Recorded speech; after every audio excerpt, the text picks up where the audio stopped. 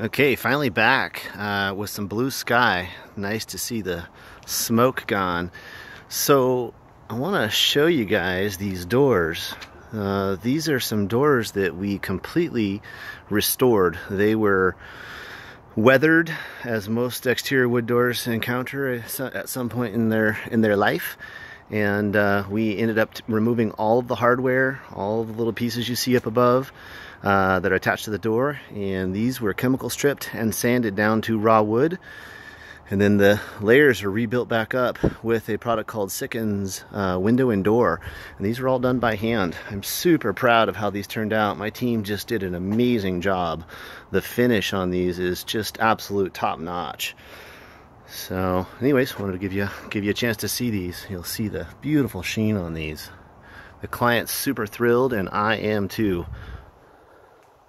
This was no small feat for this. There was about roughly 80 man-hours spent on these three doors from start to finish, and they really pop.